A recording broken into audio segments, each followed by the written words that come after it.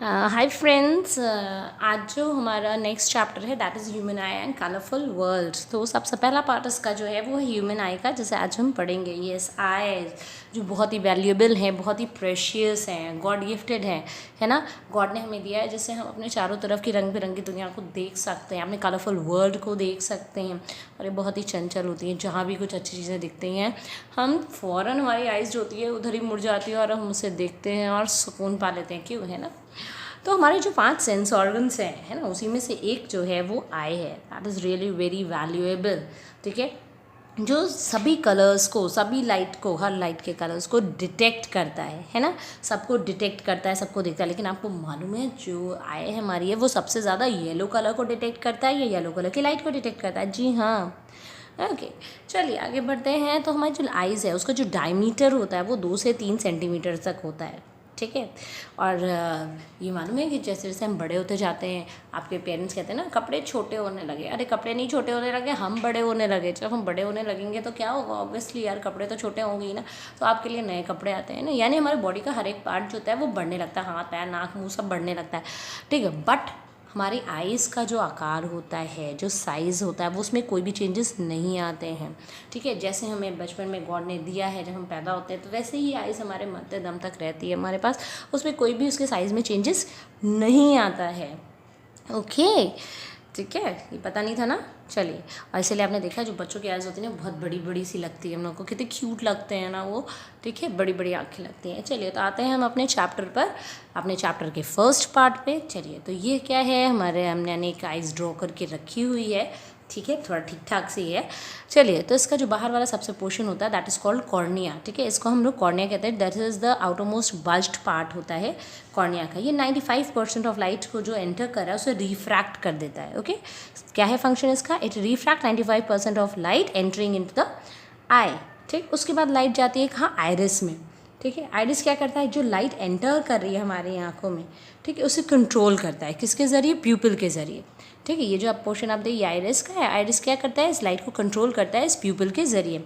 ठीक, प्यूपिल जो black colour का आपको सेंटर दिखता है ना आँखों में, दैट इज़ कॉल्ड प्यूपिल। ठीक है, तो ये होता क्या है, ये जो आप हम लोग कहते हैं ना कि एक ब्लैक स्पॉट है, it is not a spot, it is a whole.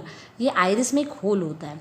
ठीक है, जो लाइट को कंट्रोल करता है कि कितनी लाइट हमारी आंखों में जानी है, ज़्यादा जानी है कि कम जानी है, उसको कंट्रोल करता है। ठीक है, तो जब ज़्यादा लाइट जानी होती है तो ये बढ़ जाता है प्यूपिल, और जब कम जानी होती है तो प्यूपिल छोटा हो जाता है। ओके, ठीक, तो ये एक्चुअली में क्या होता है, ये एक होल होता है। ठीक है, तो जब आइरिस कॉन्ट्रैक्ट कर जाता है तो प्यूपिल बड़ा हो जाता है और ज़्यादा अमाउंट ऑफ लाइट जो होती है वो एंटर कर जाती है हमारी आंखों में। ठीक है, और जब आइरिस रिलैक्स्ड होता है तो less amount of light enter करती है हमारी आंखों में, यानी जब सफिशेंट लाइट है, ठीक है, ठीक ठाक लाइट है, तो हम आराम से किसी भी ऑब्जेक्ट को देख सकते हैं। और कम लाइट है तो हमारी आइज़ को स्ट्रेन पड़ता है, बहुत ज़्यादा स्ट्रेन पड़ता है ना। इसलिए हम लोग कहते हैं भाई, बच्चों को स्पेशली कहा जाता है कि भाई आप ठीक ठाक रोशनी में पढ़िए, कम रोशनी में पढ़िए तो आंखों पे स्ट्रेन पड़ेगा। हाँ, तब क्या होगा, हमारी आंखों पे इतना स्ट्रेन पड़ता है कि जो प्यूपिल होती है वो और ज़्यादा फैल जाती है और बड़ी हो जाती है, जिससे ज़्यादा से ज़्यादा लाइट जाए और हम ऑब्जेक्ट को क्लियरली देख सकें। ठीक है, जैसे डार्कनेस में क्या होता है कि डार्कनेस में जो प्यूपिल का होता है, प्यूपिल हमारा बड़ा हो जाता है जिससे ज़्यादा से ज़्यादा लाइट जाए और थोड़ा सा हम उसमें से देख सकें, हम देखने की कोशिश कर रहे हैं। ठीक है, what happen after that? After that light जो होती है वो एंटर करती है क्रिस्टलाइन लेंस में। हाँ, ये देखिए एक लेंस बना हुआ है ना, ये क्रिस्टलाइन लेंस, इसमें लाइट एंटर करती है। ठीक है, जब लाइट इसमें एंटर कर जाती है तो फिर क्या होगा, जब इस पर फॉल होगी उसके बाद ये लेंस क्या करता है, उसे फोकस करता है कहाँ पर? एक स्क्रीन पर। इस स्क्रीन को हम कहते हैं रेटिना। इस रेटिना पर इसे ये फोकस करता है। ठीक है, लाइट को फोकस करता है जिससे इमेज क्रिएट हो सके। तो इस पे इसने फोकस कर दिया और यहाँ पे इमेज क्रिएट हो जाएगी। अब ये जो रेटिना होता है, ठीक है, ये लाइट सेंसिटिव सेल्स से बना होता है। इसमें 2 तरह के सेंसर्स होते हैं। इस रेटिना में 2 तरह के सेंसर्स होते हैं। लाइट सेंसिटिव सेल से बना होता है क्योंकि ये जो सेंसिटिव सेल्स होते हैं ना, यही इलेक्ट्रिक सिग्नल्स को जनरेट करते हैं और हमारे माइंड तक पहुंचाते हैं। ठीक है, तो ये जो आप देख रहे हैं रेटिना बना हुआ है ना यहाँ पे, this is just a screen जिसमें हमारी इमेज फॉर्म होती है। ठीक है, तो यहाँ पर आपके पास ये जो रेटिना है इसमें 2 तरह के सेंसर्स होते हैं, एक होता है रॉड्स, एक होता है कॉन्स। रॉड्स क्या डिटेक्ट करता है? रॉड डिटेक्ट करता है कितनी अमाउंट ऑफ लाइट जो है वो हमारी आंखों में एंटर कर रही है। ठीक है, amount of light enter in the eyes. ठीक है, एंटरिंग द आइज, उसे मेजर करता है। और कॉन्स क्या डिटेक्ट करता है? कॉन्स डिटेक्ट करता है वेवलेंथ ऑफ द लाइट, या हम कहें कलर ऑफ द लाइट, उनको डिटेक्ट करता है। ठीक है, ओके। जब रेटिना इन चीज़ों को डिटेक्ट कर लेता है, डिटेक्ट कर लिया रेटिना ने, क्योंकि इसमें जो आपके पास है वो सेंसिटिव सेल्स हैं, इसने जब डिटेक्ट कर लिया तो अब क्या होगा, ये आप देख रहे हैं ना, ये दीज आर ऑप्टिक नर्व्स, ये क्या करती है, ये माइंड तक जुड़ जाती हैं, आपके ब्रेन तक जाती हैं। ठीक है, ब्रेन से जुड़ी होती हैं। ठीक, तो रेटिना क्या करता है, ये सेंसस करता है सारी डिटेल्स को, कहाँ पर, आपके ब्रेन में, कि क्या लाइट है, की क्वालिटी है, कलर्स क्या है, it sense into the brain to perceive the image okay we have just seen. ठीक, तो ये सारी इन्फॉर्मेशन हमारे माइंड को देता है, और माइंड फिर हमें बताता है अच्छा ऐसा है, हमने ये देखा है। देन माइंड टेल्स अस कि हमने देखा क्या है। ठीक है, ओके। तो ये सेंसर्स को जो वहाँ तक लेकर के जाता है हमारे ब्रेन तक, दैट इज़ ऑप्टिक नर्व, जो रेटिना से लेकर के सेंस को जाता है हमारे ब्रेन तक। ठीक है, ओके। अब आप देखिए कि ये जो पोर्शन है जहाँ हमारा ऑप्टिक नर्व है, ठीक है, इस पोर्शन पे, ये जो पोर्शन है ऑप्टिक नर्व का, ठीक, जहाँ से हमारा ये निकलता है और ये ब्रेन से जा कर के कनेक्ट हो जाता है। यहाँ पर कोई भी रेटिना नहीं है, यानी रेटिना का पार्ट इधर है और यहाँ पर रेटिना नहीं है। मतलब अगर इमेज यहाँ पर फॉर्म होगी तो उसे तो हम देख ही नहीं पाएंगे, है ना। तो दिस पर्टिकुलर पोजीशन या दिस पर्टिकुलर स्पॉट, ठीक है, यहाँ पर अगर इमेज फॉर्म होती है then we are not able to see the image, and this spot is called blind spot. जी हाँ, सबके पास ब्लाइंड स्पॉट होता है, everyone has a blind spot. Blind spot पे कोई भी स्क्रीन नहीं होती है, यहाँ पे कोई भी स्क्रीन नहीं होती, इसलिए इमेज फॉर्म नहीं होती है। क्लियर। तो अगर भाई हम तो किसी भी चीज़ को तभी देख पाएंगे ना जब स्क्रीन पे फॉर्म होगी, वो है ना, रेटिना पे फॉर्म होगी। और इतना जो पोर्शन है जहाँ से ऑप्टिक नर्व निकल रही है तो वहाँ पे तो स्क्रीन ही नहीं है, तो this is a blind spot. सबके पास ब्लाइंड स्पॉट है, आपके पास भी है, हमारे पास भी। अगर इतने में बनते हैं इमेज तो हम उसे देख ही नहीं सकते उस ऑब्जेक्ट को। ठीक है ना। What is the use of ciliary muscle? अभी इतना जानिए कि सिलरी मसल्स जो होते हैं वो क्या करता है, आपके लेंस को, आई लेंस को होल्ड करके रखता है। ठीक है, चलिए आपका एक क्वेश्चन आता है बोर्ड्स में, कई बार आया है, that draw the diagram of human I and label it. इसका डायग्राम को बनाइए और लेबल कर दीजिए। तो आई थिंक आप कर लेंगे, और प्रोसीजर मैंने आपको सारा समझा ही दिया कि किस तरह से लाइट एंटर कर रही है और कैसे इमेज फॉर्म हो रही है, तो बस आपको यही लिखना है उसमें। ठीक है, I don't think that is very tough. चलिए आगे बढ़ते हैं। अब जो इमेज हमें यहाँ पे मिलती है वो क्या होती है, इन्वर्टेड इमेज मिलती है। ठीक है, वाई? बिकॉज यहाँ पे जो लेंस है वो क्या है, हमारा क्रिस्टलाइन लेंस, वो हमारा कॉन्वेक्स लेंस है। तो ये हमें क्या देता है, हमें इसकी इन्वर्टेड इमेज देता है, रियल और इन्वर्टेड इमेज मिलती है। ठीक है, ओके। इन्वर्टेड इमेजेस तो हमेशा रियल होती है, आपको मालूम ही है। ठीक, लेकिन जब भी हम चीज़ों को देखते हैं तो हमें उल्टी क्यों नहीं दिख रही है? वाई? बिकॉज ये जो सेंसेस हमें माइंड तक लेके जा रहे हैं ना, तो हम देख रहे हैं, कैप्चर कर रहे हैं चीज़ों को, बट हमारा माइंड क्या है, उसको स्ट्रेट एकदम, ठीक है, अपराइट इमेज हमको दे रहा है उसकी। ठीक, तो जो माइंड कर रहा है वो प्रोसेस कर रहा है, हमने कैप्चर किया आँखों से, और माइंड हमारा कैप्चर कर रहा है, उन चीज़ों को प्रोसेस कर रहा है, और वो हमें बता रहा है कि इमेज हमारी सीधी दिख रही है और हमको इस वजह से। ठीक है, ओके। अच्छा, अब ऑब्जेक्ट पास हो या दूर हो, किसी भी कंडीशन में, यानी ऑब्जेक्ट अगर हमने पास का देखा है या बहुत दूर का देखा है, दोनों ही कंडीशन में जो इमेज फॉर्म होती है वो क्या होती है, वो रेटिना पर ही बनती है।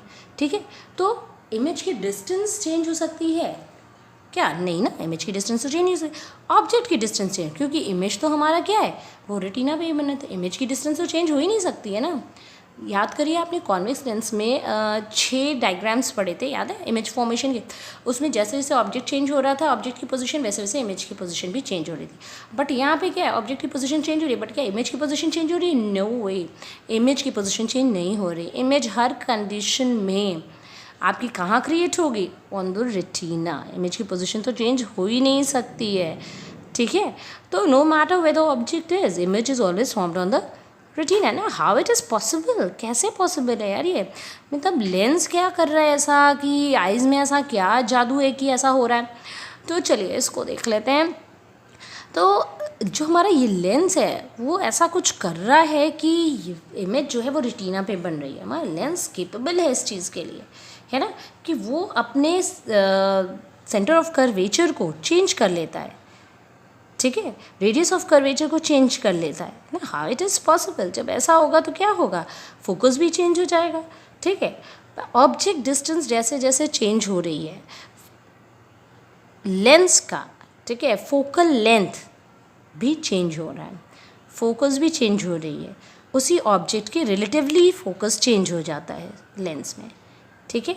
जैसे हम कहें कि ऑब्जेक्ट दूर है तो भी इमेज रेटिना पे बन रही है, ऑब्जेक्ट पास है तो भी इमेज रेटिना पे बन रही है। This ability of lens to change its focal length is called power of accommodation, ठीक है। आपके लेंस की ये एबिलिटी जो दूर रखे ऑब्जेक्ट को या पास रखे ऑब्जेक्ट को, ठीक है, इमेज फॉर्मेशन हमको कहाँ पे दे रही है, रेटिना पर ही दे रही है, ठीक है। तो ये एबिलिटी जिससे आपका लेंस का फोकल लेंथ चेंज हो रहा है, इसे हम पावर ऑफ एकोमोडेशन कहते हैं, ठीक है। अब क्या ऐसी चीज़ है जो लेंस के फोकल लेंथ को चेंज करने में हेल्प कर रही है? That is ciliary muscle. Ciliary muscles क्या करते हैं? It helps to lens to change the focal length, okay. तो ये क्या होता है, ये पुल्स करते हैं तो ह्यूमन आई का जो ये लेंस है ये लॉन्गेटेड हो जाता है, और पुश करते हैं तो ये कंप्रेस हो जाता है, ठीक है। तो क्या कर रहे हैं, जब इसे खींचते हैं, लेंस को खींच रहे हैं तो ह्यूमन आई का जो लेंस है ये इलोंगेटेड हो जाता है, और जब इसे पुशेस करते हैं, व्हेन इट पुशेस इट, तो ये लेंस कंप्रेस हो जाता है और इसके कर्वेचर में चेंजेस आ जाते हैं, ठीक है। तो इसी तरह से ये the lens just keep on changing, okay, अपने फोकल लेंथ को रेगुलरली चेंज होता है, तो जैसे भी हम बॉडी का देखते हैं या ऑब्जेक्ट देखते हैं उसके अकॉर्डिंग ये चेंज हो जाता है, ठीक है। चलिए, तो मेरे को एक क्वेश्चन ये बताइए that what is responsible for changing the focal length of eye? ये आप हमें कमेंट में करके ज़रूर बताइएगा, ठीक है, ओके। चलिए आगे बढ़ते हैं। अच्छा, एक बात ये है, देखिए आपने कभी ध्यान दिया होगा जब आप किसी डार्क रूम में जाते हैं या सडनली लाइट चली जाती है तो कुछ देर के लिए हमें दिखना बंद हो जाता है, एंड आफ्टर सम टाइम्स क्या होता है कि आप धीरे धीरे आप चीज़ों को विजुलाइज करने लगते हैं, चीज़ें हमें दिखने लगती हैं अंधेरे में भी थोड़ा थोड़ा, है ना। तो ऐसा क्यों होता है? ये इसलिए होता है क्योंकि आइरिस को खुलने में, ठीक है, कुछ टाइम लगता है, उसको साइज़ चेंज करने में कुछ टाइम लगता है प्यूपिल को, ठीक है। तो इस वजह से कुछ थोड़ा समय लेता है, और डार्क रूम में भी धीरे धीरे जब आपको थोड़े समय बाद ऑब्जेक्ट दिखाई देने लगता है, ठीक, क्योंकि प्यूपिल बड़ा हो जाता है तो अब ज़्यादा अमाउंट में लाइट जाने लगती है, और फिर डार्क रूम में भी आप चीज़ों को देख सकते हैं, है ना, ओके,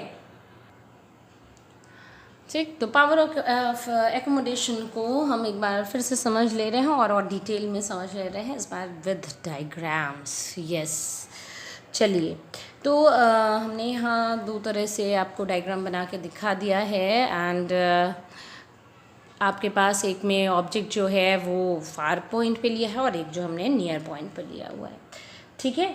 तो जब भी क्या होता है कि जब हम फार ऑब्जेक्ट्स को देखते हैं तो उस समय क्या होता है कि जो सिलरी मसल्स होती हैं ना, दीज गेट्स रिलैक्स्ड, ये रिलैक्स्ड हो जाती है, और जो हमारा आईलेंस होता है वो थिन हो जाता है, ठीक है, पतला हो जाता है, ठीक। और फोकल लेंथ जो होती है इस लेंस की वो ज़्यादा हो जाती है, इंक्रीज़ हो जाती है, और हम फार अवे ऑब्जेक्ट को आसानी से देख सकते हैं, ठीक है। इसी तरह से जब हम नियर बाय ऑब्जेक्ट्स को देखते हैं देन व्हाट हैपन्स, तो इसमें जो सिलरी मसल्स होते हैं ये कॉन्ट्रैक्ट हो जाते हैं, और कॉन्ट्रैक्ट होने के बाद क्या होता है, जो हमारा आईलेंस होता है वो थिक हो जाता है, ठीक है, वो थिक हो जाता है, और फोकल लेंथ हमारी डिक्रीज़ हो जाती है, जिससे हम अब क्या है, नियर पॉइंट को भी देख पाते हैं, जो नियर पॉइंट पे हमारा ऑब्जेक्ट होगा उसे भी देख पाते हैं, और दोनों ही कंडीशन में क्या है, देखिए रेटिना पे इमेज फॉर्म हो गई है, ठीक है। अच्छा, जो हम पास की चीज़ें देख रहे हैं या दूर की चीज़ें देख रहे हैं तो इसमें कुछ तो आई थिंक लिमिट होगी ना, कि हम कितने पास का देख सकते हैं या कितने दूर का देख सकते हैं, ठीक है। तो हाँ, इसकी कुछ लिमिट है। तो जो नॉर्मल हमारा नियर पॉइंट होता है, ठीक है, जो नॉर्मल नियर पॉइंट होता है वो 25 सेंटीमीटर्स होता है, ठीक है। उससे क्लोज रखने पे हम उसे और पास रखें तो अगेन हमारे आइज़ पे स्ट्रेन पड़ेगा और हमें दिक्कत होगी उसे देखने में, ठीक है। और मैक्सिमम अगर हम कहें फार पॉइंट हमारा क्या है, मैक्सिमम पॉइंट क्या है, तो दैट इज़ इन्फिनिटी। आप मून देख पाते हैं, आप स्टार्स देख पाते हैं ना, तो हम इन्फिनिटी मानते हैं कि जो हमारा मैक्सिमम फार पॉइंट है दैट इज़ इन्फिनिटी, और जो नियर पॉइंट है वो है 25 सेंटीमीटर्स, ठीक है। तो आई होप कि आपको ये क्लियर हो गया होगा। This is the power of accommodation, जिसमें हम लेंस जो होता है वो अपने फोकल लेंथ को चेंज कर देता है with the help of ciliary muscles. तो डियर स्टूडेंट्स, प्लीज़ इसे लाइक करिएगा इस वीडियो को, और इसे शेयर करिए, and please subscribe my channel also. Thank you.